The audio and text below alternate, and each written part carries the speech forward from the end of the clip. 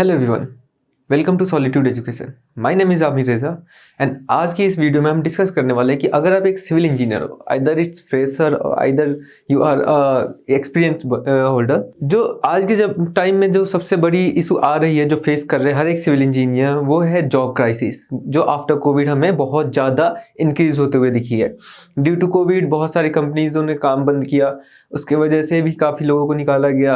अब उनमें बहुत सारे ऐसे लोग थे जो काम करते भी थे, बहुत सारे ऐसे थे जो काम नहीं करते थे, जिनको निकाला गया। मैं ये नहीं कहूँगा कि हाँ मतलब जो जॉब करते थे वो उनके साथ गलत हुआ या जो नहीं करते थे उनके साथ गलत हुआ। कोई भी कंपनी लॉस में नहीं जाना चाहती है, तो उनके लिए जो एम्प्लॉय होते हैं लॉस में जाने से अच्छा उन्हें लगता है कि एम्प्लॉय को हम हटा देते हैं। ठीक है, ये थी बात। दूसरी बात, जॉब पाना सच में एक महाभारत है आज के टाइम में, क्योंकि आफ्टर कोविड हमारे पास बहुत सारे लोग बचे हैं, बहुत सारी चीज़ें हैं, लेकिन हमारे पास सिविल इंजीनियरिंग के फील्ड में क्राइसिस इतनी ज़्यादा है कि लोग या तो उनके पास अच्छी खासी नॉलेज नहीं है, नॉलेज है तो एक्सपीरियंस नहीं है, या फिर रिक्वायरमेंट जो निकल रही है उनको फुलफिल नहीं कर पा रहे, वो प्रॉब्लम है। और जिनके पास रिक्वायरमेंट फुलफिल करने की नॉलेज है उन्हें जगह नहीं पता है कैसे फाइंड आउट करना है। बहुत सारे लोग हैं, जैसे मैं अपनी कहानी बताऊँ तो मैं जिस एक जगह पे रहता था, वर्क करता था, वहाँ पे जेई 5 साल से था। उस जेई को नहीं पता था कि जॉब कैसे फाइंड आउट करनी है। तो ये सब दिक्कत आती है। ये क्यों आती है? क्योंकि आपने एक्सप्लोर नहीं किया जगहों को, आपने ये नहीं तय किया कि मुझे कैसे जॉब मिलेगा, मैं अभी पता लगा लेता हूँ। आप जब बीटेक में होते हो तो आप जिंदगी जीते रहते हो, बाहर निकलते हो, अगर कैंपस प्लेसमेंट होगी तो आप वहीं अटक के रह जाते हो, अगर नहीं प्लेसमेंट होती है तो आप ये सोच लेते हो कि जॉब कभी नहीं मिलेगी। नॉलेज है तो ट्राई करो, बहुत सारी वास्ट फील्ड है सिविल इंजीनियरिंग की। इवन आज पढ़ाने से लेके स्टडी कराओ या फिर आप किसी भी जॉब में जाओ, साइट पे जाओ, डिज़ाइन करो, हाइड्रोलिक इंजीनियर बनो, पावर सप्लाई वाले में इंजीनियर बन जाओ। बहुत सारी फील्ड है, इतनी फील्ड है कि आप जो नहीं इमेजिन कर सकते हो। अब सोलर पैनल के प्लेसमेंट और उनके वो सारी चीज़ें डिज़ाइन से लेके उस साइट तक में जा सकते हो, ऑयल पाइपलाइन में जा सकते हो, ग्रीन एनर्जी में जा सकते हो, जिसमें अपना सोलर पैनल और विंड एनर्जी वाले भी सिस्टम आ जाती है साथ साथ। इसके अलावा भी बहुत सारी चीज़ें हैं जो कवर कर सकते हो आप। इन सब चीज़ों में क्या होता है, लोगों को पता नहीं होता है। जैसे मैंने बताया सोलर पैनल की जो प्लेसमेंट्स होती है आज ग्रीन एनर्जी के लिए, उसमें जा सकते हो, बहुत सारी जगह पे होती है। वहाँ पे आपको काम दिया जाएगा, अगर साइट पे हो तो आपको साइट पे दिया जाएगा, जो उनकी फाउंडेशन बनती है सोलर पैनल्स की, वहाँ पे मतलब बहुत ज़्यादा होते हैं, 100 of thousands तक होते हैं। तो उतनों के लिए फाउंडेशन बनाना होता है, फिर उसके बाद उसको प्लेसमेंट करना होता है। तो बहुत सारी चीज़ें हैं उसमें। डिज़ाइन इंजीनियर भी काम आते हैं, डिज़ाइन इंजीनियर उसको डिज़ाइन करते हैं फाउंडेशन को, उसके बाद जो सोलर पैनल होता है वो किस एंगल पे लगेगा वो सारा कुछ डिज़ाइन करते हैं। तो ये सारी चीज़ें कंसिडर करने वाली है, लोगों को नहीं पता होता है। ठीक है, अगर पता भी होता है तो उनको प्लेस नहीं पता होती कि कैसे अप्लाई करें, कहाँ से अप्लाई करें, कौन सी बेस्ट चीज़ है, जो कि आज इस वीडियो में हम डिस्कस करने वाले हैं। तो आज का जो वीडियो है उसकी टॉपिक यही है कि एक सिविल इंजीनियर फ्रेशर हो या एक्सपीरियंस हो, मैंने यहाँ फ्रेशर लिखा लेकिन एक्सपीरियंस होल्डर भी ये कंसीडर कर सकते हैं ये वीडियो, तो वो कैसे इस वीडियो के थ्रू मतलब बहुत सारी जगह मैं बहुत सारी चीज़ें बताऊंगा आपको। Easy to apply, easy to find a job और easy to find a website और application to find a job वाला सिस्टम आपको आज पता लगेगा। ये चीज़ें इसमें डिस्कस होने वाली है। उसके साथ ही आपको और भी कुछ एक्स्ट्रा चीज़ें बताऊंगा, तो आगे वीडियो में बने रहिए। ठीक है, आगे चलते हैं। तो जो पहली चीज़ आती है वो आती है फाइंडिंग बेस्ट प्लेसेज। अब ये मैंने क्यों लिखा है ये आप जान लो। होता क्या है, जब हम इंटरव्यू के लिए सोचते हैं या जॉब के लिए सोचते हैं या किसी भी टाइप की चीज़ के बारे में सोचते हैं, तो एक चीज़ जो हमें नहीं पता होती है वो होती है कि कहाँ से मिलेगा हमें वो चीज़। जॉब के लिए आप सोचोगे प्लेसमेंट आए, प्लेसमेंट कहाँ आती है? कॉलेजेस में आती है। ठीक है, समझ में आ गया।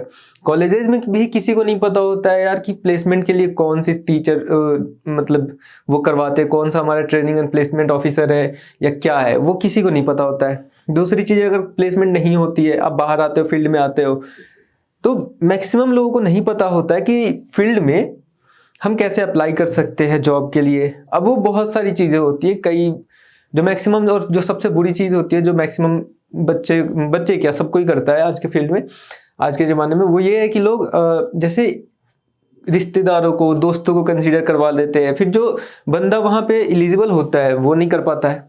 ये बहुत बड़ी चीज़ है, ये आपको फेस करना होगा। That's called nepotism. ये है, कोई भी आप चले जाओ सिविल इंजीनियरिंग के फील्ड में ये होता है, फिक्स है, होता है। ठीक है, तो आज की चीज़ हम यही डिस्कस करने वाले हैं कि अगर आपका कोई जानने वाला नहीं है ये सब, तो आप क्या करोगे? क्योंकि मेरे साथ भी वही चीज़ हुआ है, मेरा भी कोई जानने वाला है नहीं और जो है उससे मैं हेल्प लेता नहीं, कभी नहीं लेता हूँ। तो इन सब चीज़ों के लिए भी आज डिस्कस करेंगे कि अगर आपका कोई नहीं है जानने वाला, आपको खुद से सर्च करना है, सब कुछ खुद से करना है, तो क्या करोगे? तो जो पहली चीज़ आती होती है फाइंडिंग जेन्युइन कंसल्टेंसी, ठीक है।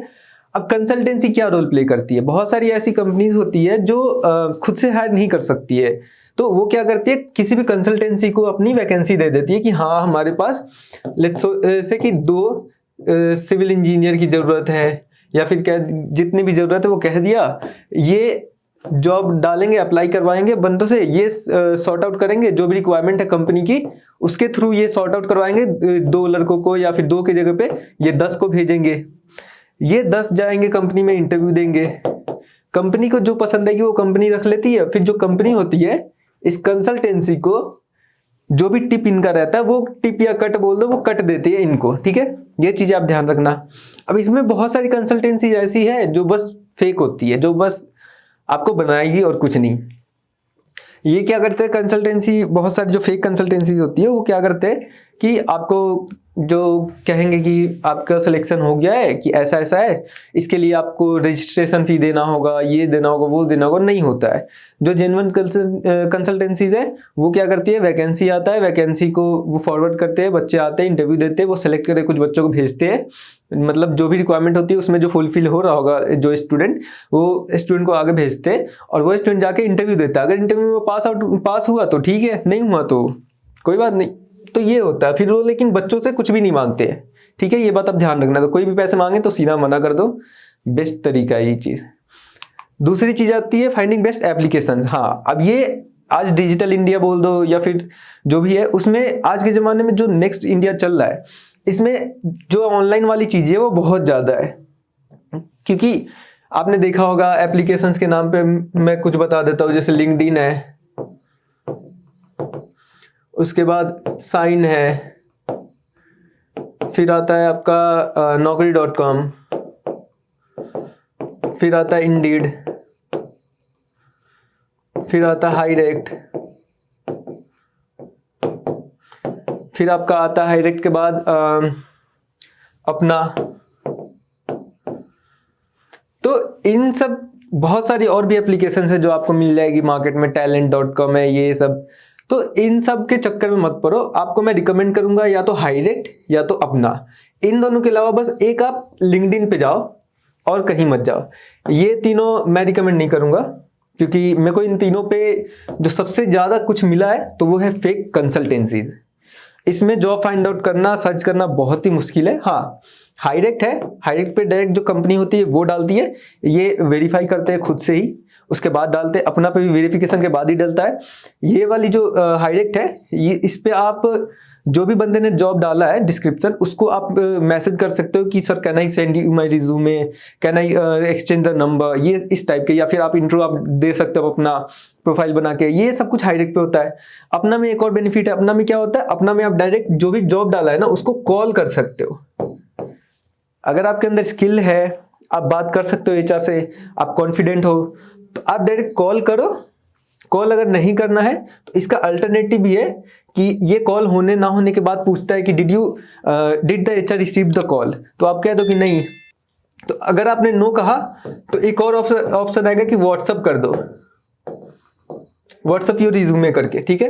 तो आप व्हाट्सअप भी कर सकते हो। अगर आपको लगता है कि नहीं मैं डायरेक्टली इंट्रो नहीं दे सकता, ये सब मेरे में नहीं है, तो आप डायरेक्ट व्हाट्सअप कर दो, ये नो करके, कॉल वाले ऑप्शन को नो कर दो। उसके बाद एचआर को मेल कह रहे हो, व्हाट्सअप कर दो। अगर उन्होंने देखा रिज्यूमे तो वो डायरेक्टली आपको कॉल करेंगे, ठीक है। तो ये सारी चीजें होती है। मैं आपको ज्यादा अपने पे ट्राई करो। हाँ, ये दोनों एप्लीकेशन में जो सबसे बुरी बात क्या है, ये पैन इंडिया में बहुत सारे जगह सिटीज में नहीं है। तो आपको ये ध्यान रखना होगा कि ऐसे कुछ सिटीज जिसमें आप हो वो उसमें है या नहीं है, ये ध्यान रखना इन दोनों एप्लीकेशन में। इसमें तो सारी सिटीज आ जाती है, आपको भी पता है। ये दोनों में ही थोड़ी सी दिक्कत होगी सिटीज फाइंड आउट करने में।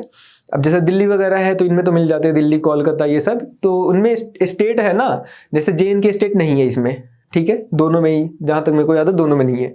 तो ये चीजें आप ध्यान रखना, ठीक है। तो इसके बाद आगे बढ़ते हैं। इसमें क्या होता है, देखो एप्लीकेशन बेस्ड वाले में मैंने बता दिया आपको, 2 एप्लीकेशन 3 है, लिंक्डइन है, हाईरेक्ट है और अपना। ये तीनों पे आप जाओ, बेस्ट है हर चीज के लिए। जॉब फाइंड आउट करने के लिए वहाँ डायरेक्ट एचआर या फिर जो भी बंदा डाल रहा है वो कंपनी का जेन्युइन बंदा ही डालता है जॉब मैक्सिमम टाइम। फिर जो तीसरी चीज़ आती है वो आती है फाइंडिंग बेस्ट वेबसाइट्स। अब जैसे वेबसाइट फाइंड आउट करना बहुत ही मुश्किल काम है। वेबसाइट के बारे में भी कई लोगों को नहीं पता, कई क्या मैक्सिमम को नहीं पता, मेरे को भी बहुत ज़्यादा कुछ पता नहीं था। मैंने बहुत सारे वेबसाइट्स को एनालाइज किया तो उसमें जो निकल के आया कि वेबसाइट के ऊपर मत जाओ अगर आपको प्राइवेट जॉब करनी है तो वो बहुत मुश्किल है फाइंड आउट करना। वहाँ पे जब भी आप वेबसाइट सर्च करोगे सबसे ऊपर जो निकल के आएंगे वो 3-4 है, लिंक्डइन, साइन, टैलेंट और 1-2 और है बस। साइन टैलेंट मैंने आपको पहले ही रिकमेंड नहीं किया है, ठीक है। कंसल्टेंसीज बहुत भरी पड़ी है, फेक कंसल्टेंसीज बहुत ज़्यादा, तो उस पर आप मत जाओ। आप वेबसाइट्स के थ्रू ना ही जाओगे तो ही ज़्यादा बेटर है। अगर आपके पास फ़ोन है आप वेबसाइट पे जा सकते हो, तो आप जब इसी वेबसाइट जाना है तो इस वेबसाइट के नाम पे आप जो एप्लीकेशन मैंने बताया हाईडेक्ट का उसके पे चले जाओ, या फिर आप वही अपना पे चले जाओ वेबसाइट पे, कोई फर्क नहीं पड़ता है, दोनों में हो जाएगा काम, ठीक है। इसके बाद आगे बढ़ते हैं। अब आता है working interview for any company sorry. अब होता क्या है, बहुत सारी कंपनी बिग सिटी में भी और स्मॉल सिटीज में भी वो एडवर्टाइजमेंट निकालती है, ठीक है। पेपर्स में एडवर्टाइजमेंट निकालती है कि हमें इन रिक्वायरमेंट है ऐसे ऐसे, वो डिस्क्रिप्शन दे देते हैं जॉब का कि अगर आप एलिजिबल हो तो आप आइए।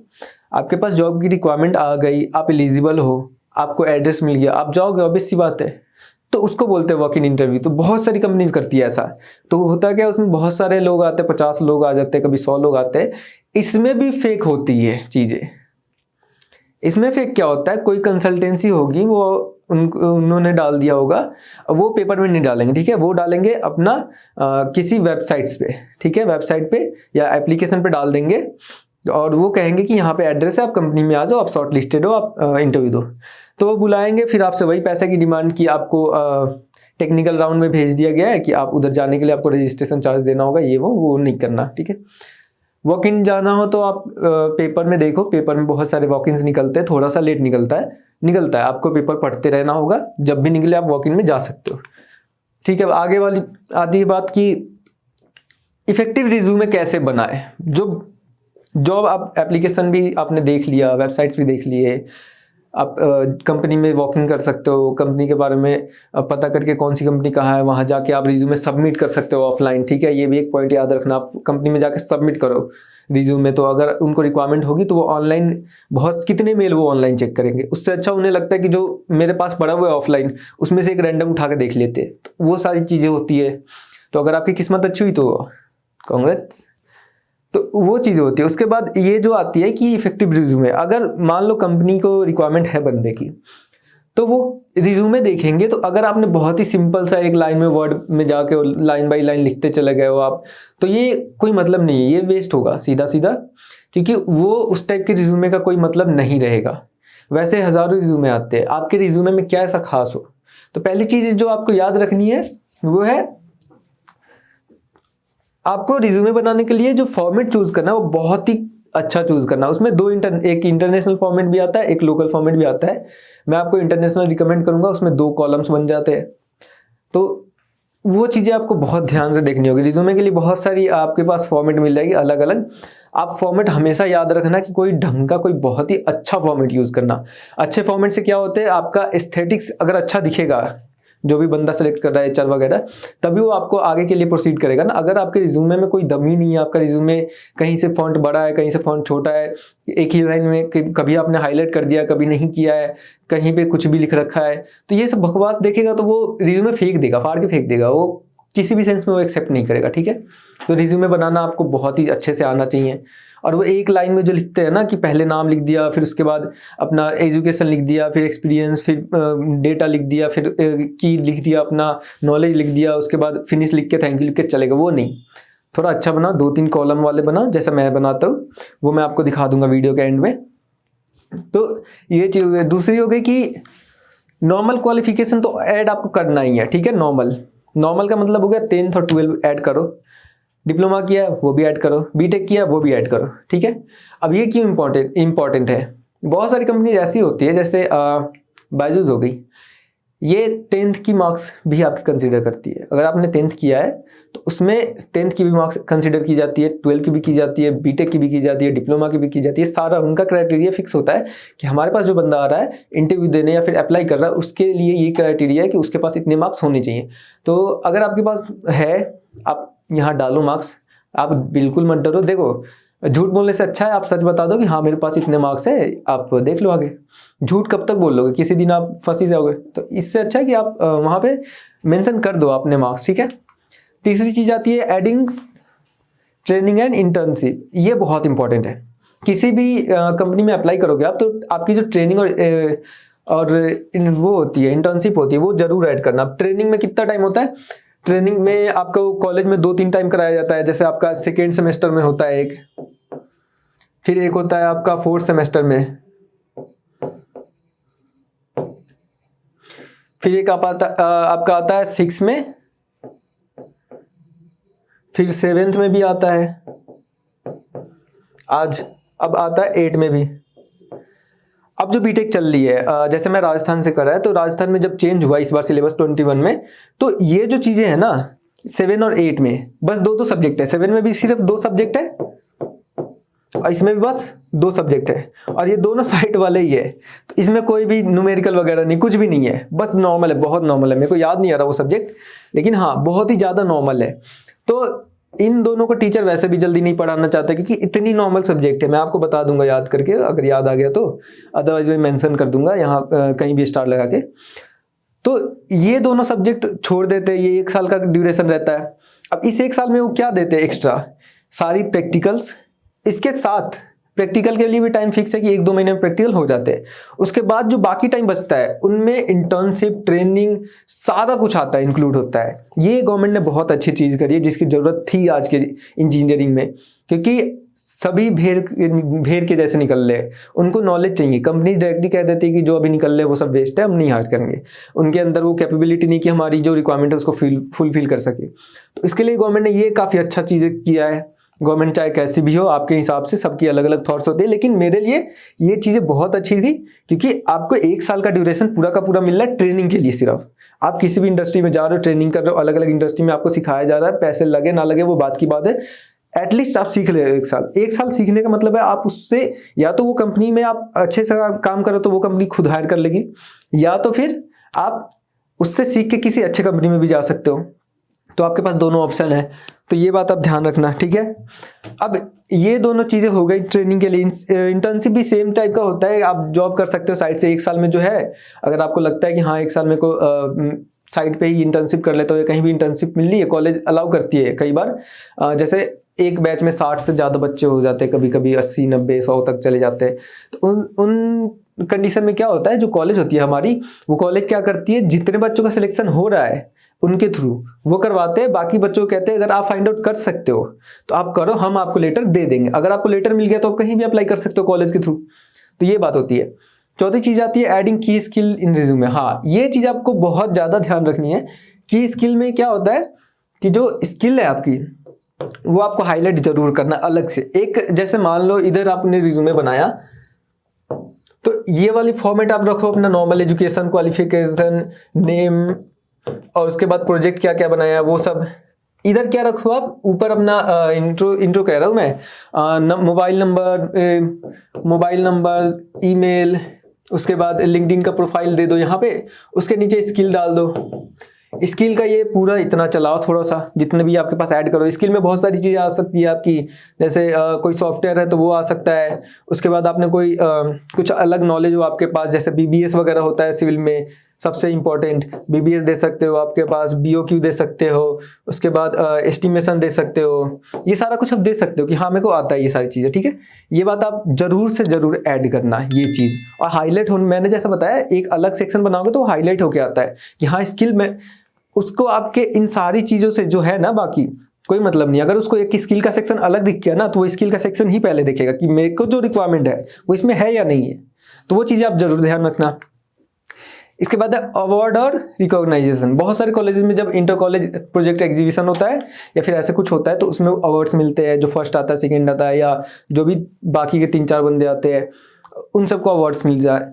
तो वो आप पहले तो आप प्रोजेक्ट जो भी बनाया था वो वहाँ पे लिखो, रिज्यूमे में अच्छे से लिखो, थोड़ा सा एक्सप्लेन करो कि हाँ 1 से 2 लाइन में कि ये चीज़ मैंने बनाया था। तो उससे क्या होगा कि जो हमारी वो होती है रिज्यूमे होती है, उसमें एक और वेटेज ऐड होता है कि हाँ बंदे ने वर्क किया है। तो अगर इंटरव्यू होता है, एक बार को वो पूछेगा ना, और आपने बताया कि हाँ ये चीज़ की थी, ऐसे की थी, ऐसे की थी प्रोजेक्ट में हमने, तो उसको ये पता लगता है कि लड़के ने पढ़ा है, इसने वर्क किया है कॉलेज में। उससे एक और वेटेज आपको मिलता है कि हाँ चलो, जो लोग नहीं पढ़ते, नहीं लगाते हैं प्रोजेक्ट, क्या बनाया नहीं बनाया, कॉलेज अलग से पूछे, इंटरव्यूअर अलग से पूछे, उससे अच्छा आपने मेंशन किया है, तो इंटरव्यू को इजी टू एक्सेस हो जाता है हर चीज़ के लिए। ठीक है, अगला आता है कि एक्सपीरियंस अगर आपके पास है तो आप जरूर ऐड करें। ठीक है, इंटर्नशिप का हो इंटर्नशिप का डालो, ट्रेनिंग वाले में आप ट्रेनिंग का डाल दो, इंटर्नशिप वाले में इंटर्नशिप वाला आप एक्सपीरियंस में डाल दो, चलेगा, कोई दिक्कत नहीं है इतनी। एक्सपीरियंस आप जरूर डालें अगर है तो, ठीक है, गलत मत डालें, क्योंकि अगर आपने गलत डाला, उसने पूछा तो फंसोगे, पक्का फंसोगे, क्योंकि एक एक्सपीरियंस वाले बंदे को ही पता रहती है कि साइट पे कौन सी चीज़ कैसे होती है, कितनी होती है, कैसे चलता है साइट पे काम, कैसे डील करना है, तो वो उस टाइम आप फंस जाओगे। अगर आपसे नहीं हुआ तो कोई भी जो सामने आपका जेई है, जो भी है ना, वो पकड़ लेगा कि आपको कुछ नहीं आता है। तो ये चीज़ आप ध्यान रखना। नेक्स्ट आता है applying for the perfect job. ये बच्चों का सबसे गलत चीज़ मैंने देखा है कि जो भी स्टूडेंट्स होते हैं हमारे, वो स्टूडेंट्स क्या करते हैं कि किसी भी टाइप की जॉब में बस अप्लाई कर देते हैं। सिविल इंजीनियरिंग लिखा हो बस कर दो, ये नहीं करना है। आपको अपना पहले देखना है कि आपको इंटरेस्ट किस फील्ड में है। सिविल इंजीनियरिंग के बारे में मैंने पहले ही बताया, बहुत बड़ी फील्ड है। आपको इंटरेस्ट फाइंड आउट करने का। सिर्फ सिविल इंजीनियर का मतलब साइट इंजीनियर नहीं होता है, ये आपको समझना होगा। Civil engineer doesn't mean that you are only eligible for the sites और design engineer. You can do many things, like जैसे मैंने बताया वही, पावर में जा सकते हो, पावर में, सोलर पैनल में जा सकते हो, बहुत सारी चीज़ें हैं यार। आप ट्राई तो करो, आप एक बार उसको टाइम देके अपना थोड़ा सा उसको बड़ा करके देखो कि ये फील्ड में क्या क्या है एक्चुअली में, आपको पता लगेगा। ठीक है, जो पहली चीज़ आती है इसमें वो आती है कि never apply in any not related job. क्या होता क्या है कि जैसे बहुत सारे सिविल इंजीनियर क्या होते हैं, डेटा एंट्री में डाल दिया, क्या मतलब है इस चीज़ का? डेटा एंट्री आपके लिए नहीं बना है, वो जिनके लिए बना है वो कर रहे हैं और वो करेंगे। आप डेटा एंट्री में क्यों जाना चाहते हो? बहुत सारे सिविल इंजीनियर क्या होते हैं, किसी भी टाइप की जॉब में डाल देते हैं। अगर किसी को कॉलिंग के लिए चाहिए उसमें भी डाल दिया, टेलीकॉलर में चले गए। ये आपके लिए नहीं बना। अगर आपको इंटरेस्ट है बहुत ही ज़्यादा, आपको लगता है कि नहीं मेरे को वही करना है, पूरी ज़िंदगी करना है बीटेक के बावजूद, आप करो, आपको रुकना नहीं है। लेकिन आप जॉब फाइंड आउट कर रहे हो, आपको करना भी नहीं है इसमें, लेकिन फिर भी आप इसमें अप्लाई किए जा रहे हो, तो ये आप उसको सिरदर्द दे रहे हो सामने वाले को, तो वो मत किया करो। ठीक है, जो दूसरी चीज़ आती है वो आती है apply for the job you are interested. हाँ, ये आपको ध्यान रखना है, ये सबसे अच्छी चीज़ भी है। जैसे आपको अगर इंटरेस्ट है डिज़ाइन में, तो आप डिज़ाइन का क्राइटेरिया चूज़ करके रखो जॉब वाले सेक्शन में, तो वो डिज़ाइन का ही शो करेगा। आर्किटेक्चर में जाना है तो आर्किटेक्चर का ही शो करेगा, तो आपको चूज़ करके रखो, उसमें आप अप्लाई करो। ठीक है, अगर आपको साइट पे जाना है तो आप साइट का चूज़ करके रख सकते हो, आपको साइट का जॉब का आएगा नोटिफिकेशन हमेशा, तो आप उसमें अप्लाई कर सकते हो। ये मत करो कि आपको जाना हो साइट पे और आप अप्लाई कर रहे हो, डिज़ाइन में आपको जाना है, डिज़ाइन में आप अप्लाई कर रहे हो, आर्किटेक्चर में नहीं कर रहे हो। ये सारी अलग अलग चीज़ें हैं। आप ना तो इंटरव्यू पास कर पाओगे, ना तो आप जॉब को एंजॉय कर पाओगे, फिर कहोगे कि मैं 9 to 5 बस काम कर रहा हूँ गधों के जैसे। वो नहीं करना है आपको। आपको इंटरेस्ट हो तो काम करो, नहीं हो इंटरेस्ट तो आप पता करो आपको सिविल इंजीनियरिंग के फील्ड में अगर ही जाना है तो किस फील्ड में मेरे को इंटरेस्ट है ज़्यादा। ठीक है, वो आप ध्यान रखना। तीसरी चीज़ आती है be aware of fake jobs and उसके बाद कंसल्टेंसी। जैसा मैंने बताया कि कंसल्टेंसी बहुत सारी फेक्स होती है, जॉब ओपनिंग्स भी बहुत सारे फेक्स होते हैं, बहुत ज़्यादा। तो उन सब चीज़ों को आपको थोड़ा सा अवेयर होना होगा। जैसे मेरे को कितनी बार मिला था, मैंने हज़ारों जॉब पे अप्लाई किया होगा, तो हमेशा मिलाते रहता था पहले कि आप एयरलाइन में जॉब कर लो, ये कर लो। नहीं, एयरलाइन में कर तो लो एक बार को, लेकिन बात ये कि वो फिर डिमांड क्या करते थे कि आपको ड्रेसिंग के लिए और आगे प्रोसीड करने के लिए 2400 देना होगा, 4000 देना होगा, 8000 देना होगा, 12000 देना होगा। मैंने कहा मैं जॉब फाइंड आउट कर रहा भाई, मैं सैलरी नहीं दे रहा हूँ किसी को। तो उन सब चीज़ों से आपको अवेयर रहना होगा थोड़ा सा कि ये सब फालतू की चीज़ें, आप ध्यान से रहना। पता लगे आपको कोई 8000 और 10,000 का चंपत लगा के चला गया, वो मत करना। ठीक है, अगली चीज़ आती है डेली जॉब ओपनिंग्स निकलती है। ठीक है, इंडिया में डेली की डेली। चाहे वो न्यूज़पेपर हो, चाहे अपना किसी भी एप्लीकेशन पे जाओ, डेली न्यू जॉब ओपनिंग्स आती है। तो आप वो चीज़ ध्यान रखो कि आप चेकआउट करते रहो थ्रू आउट द डे। आप 3 बार 4 बार 5 बार चेकआउट करो, क्योंकि अगर आप अनएम्प्लॉयड हो तो आपके पास टाइम ही टाइम है। तो 3 4 5 बार आप ओपनिंग्स चेक करते रहो, जो भी नया ओपनिंग आ रहा है सबसे पहले अप्लाई कर दो। जितने पहले अप्लाई करोगे उतना पहले चांसेस बनता है, ठीक है। 5वीं चीज़ आती है apply for the maximum job available. अगर आपके फील्ड में 20 जॉब अवेलेबल है ना, तो आप एक में मत करो। अगर आपके इंटरेस्ट की है तो आपके फील्ड में अगर 20 जॉब अवेलेबल है, इंटरेस्ट की है, तो आप 20 के 20 अप्लाई करो। अगर वो कहते हैं ना कि हाँ मेरे को एक्सपीरियंस चाहिए 10 साल का, आपके पास 3 साल का है, 4 साल, करो तो सही एक बार, क्या पता कंसीडर हो जाओ। अगर उनके पास ना हो 10 साल का कोई भी, तो नहीं करने से अच्छा है आपके पास कम भी है तो कर लो एक बार को, इंटरेस्ट हो तो। कंसीडर किया तो अच्छी बात है, नहीं किया तो अगली बार ट्राई करेंगे, क्या जा रहा है, ठीक है। अब आगे बढ़ते, gathering knowledge about the company before the interview. ये पॉइंट बहुत ही इंपॉर्टेंट है। मैंने कई लोगों को देखा है वो इंटरव्यू देने जाते हैं लेकिन उनको कंपनी के बारे में कुछ भी नहीं पता होता है। इवन अगर कंपनी पूछ दे ना कि हाँ आपको पता है कि हमारी कंपनी किस किस फील्ड में काम करती है, वो नहीं बता पाते। अगर आपने कंपनी को बताया ना कि उनके अबाउट कि वो किस किस फील्ड में काम करते हैं, तो उनके अंदर ये परसेप्शन बनता है कि अरे ये जो आया है इंटरव्यू देने बाकियों से अलग है, इसने मेरे कंपनी के बारे में पढ़ा है, देखा है। जैसे मैं इंटरव्यू देने जाता हूँ तो जिस भी कंपनी का इंटरव्यू होता है, अगर बड़ी कंपनी है तो उसके बारे में पढ़ लिया, मीडियम है तब भी पढ़ लिया, छोटी हो तब भी पढ़ लिया। एक बार को अगर मिल गया, कहीं भी मिल जाता है इंटरनेट पे, तो एक बार पढ़ लो। उसके बाद वहाँ जाके अगर 1-2 पॉइंट भी आपने बताया तो वो कहेगा कि हाँ चलो इसको पता है कुछ तो। उसके बाद अगर आपने गलत भी बताया ना थोड़ा बहुत, जैसे 2 पॉइंट बताए सही 2 गलत, तो उसके बाद वो खुद आपको एक्सप्लेन करेगा कि हम ये फील्ड में काम करते हैं, ठीक है। वो एक्सप्लेन खुद कर लेता है, तो वो आप ध्यान रखना। अब इसके अलावा क्या चीज़ें होती है एक नॉलेज गेन करने के लिए कंपनी के बारे में, कि आप उनके अवार्ड्स गेन कर सकते हो। वो करंटली किस प्रोजेक्ट पे काम कर रहे हैं वो भी आप पता कर सकते हो। जैसे L&T's वगैरह में इंटरव्यू होती है तो उसमें ज़्यादातर यही पूछा जाता है कि वो करंटली किस प्रोजेक्ट पे काम कर रहे हैं, आपको कुछ पता है? अगर आपको पता है तो बताइए कहाँ पे, कैसे, वो बताना पड़ेगा आपको थोड़ा बहुत। बहुत सारे इंटरव्यू में पूछ लेते हैं L&T's वगैरह बहुत सारी कंपनी में, तो आपको ध्यान रखना है। इसके बाद बहुत सारे कंपनी में ये भी पूछ लेते हैं कि आपको पता है कि हमने सबसे अच्छा कौन सा बनाया था प्रोजेक्ट, या कोई भी ऐसा डिज़ाइन जो बहुत ही ज़्यादा अवार्ड गेनिंग हो, ये सब हो, तो वो चीज़ आपको ध्यान रखिए। इनोवेशन हो रहा है अगर उस कंपनी के थ्रू कोई भी, तो वो पता रखो। जैसे L&T में 3D प्रिंटिंग कर रही है कंपनी, तो वो चीज़ें आप ध्यान रखो। ये चीज़ें बताने से होता क्या है कि आप कंपनी को फॉलो कर रहे हो, उनको पता लगता है। फॉलो करने वाले लोगों को वो ज़्यादा कंसिडर करेंगे। ऐसा कोई बंदा आ गया जिसको पता ही नहीं कंपनी के बारे में कुछ भी, उसको क्या ही कहेंगे। आप फॉलो कर रहे हो तो उनको लगेगा कि अवेयर है ये हमारे कंपनी से। तो ये बातें आप ध्यान रखना कि हमेशा कंपनी के बारे में पढ़ के जाओ, समझ के जाओ, किस टाइप का मतलब कंपनी है, किस टाइप के वर्क होते हैं, किस टाइप के अवार्ड्स मिले हैं, प्रोजेक्ट पे काम चल रहा है, ये सारा कुछ, ठीक है। जो नेक्स्ट चीज़ आती है वो आती है know the interview tricks to crack the interview. अब बहुत सारे इंटरव्यू में क्या होता है, लोगों को नहीं पता होता है कि इंटरव्यू देना कैसे है, जेस्चर्स क्या क्या यूज़ होते हैं इंटरव्यू में, वर्ड्स क्या क्या आप यूज़ कर सकते हो। जैसे आप कोई बंदा बोला आपको कुछ, आपको नहीं समझ में आ रहा है, इंग्लिश में इंटरव्यू हो रहा है, तो आपको पार्डन बोलना है, सॉरी की जगह। ये सारी चीज़ें यूज़ करने से क्या होता है, एक पार्डन भी ऐसा हो गया वर्ड कि सबको पता है, ये सब रख चुके हैं लेकिन एक अभी भी ये चल रहा है। तो ये चीज़ें आपको ध्यान रखनी होगी, आपको इस चीज़ पे काम करना होगा। क्योंकि होता क्या है, इंटरव्यूअर को हर एक बंदा सेम लगता है, वो आपको अलग लगे, आप उसके नज़र में अलग लगे, आपको ये डिसाइड करना है। अगर आप भी सबके जैसे सेम हो तो वो आपको कंसीडर क्यों करे, आपको कुछ तो अलग दिखाना होगा। तो आप अपनी लैंग्वेज, अपने जेस्चर, अपने जो भी बोलने का तरीका है, आप कितने पोलाइट हो, किस तरीके से डील कर रहे हो प्रॉब्लम को, वो सारी चीज़ें आपको सीख के जानी होगी। वो बहुत ज़्यादा रोल प्ले करती है कि इंटरव्यू क्रैक करने में। कई बार आपने देखा होगा कि जिस बंदे को नॉलेज नहीं है लेकिन उसको बोलने आता है, उसको डील करने आता है प्रॉब्लम से, और तो वो बंदे को हायर कर लेते हैं क्योंकि उनको पता है कि इसको नॉलेज नहीं, इसको सिखा तो देंगे, लेकिन जिसको डील करने नहीं आता प्रॉब्लम से, उसको नहीं सिखा सकते कैसे डील करना है। सिखाएंगे भी तो बहुत टाइम लगेगा।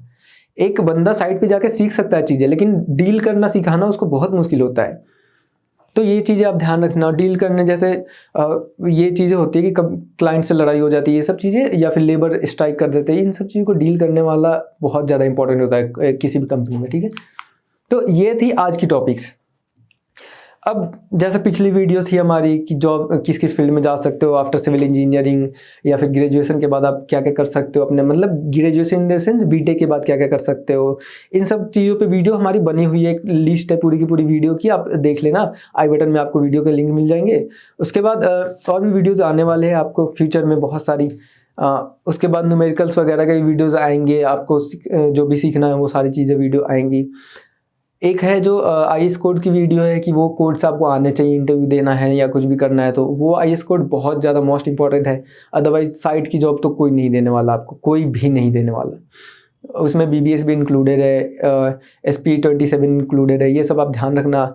और ऐसी और वीडियोस है, आप देख लेना, चैनल को एक बार विजिट कर लो और चैनल को सब्सक्राइब कर लो, वीडियो को लाइक कर देना, और मिलते हैं नेक्स्ट वीडियो में। Till then, thank you.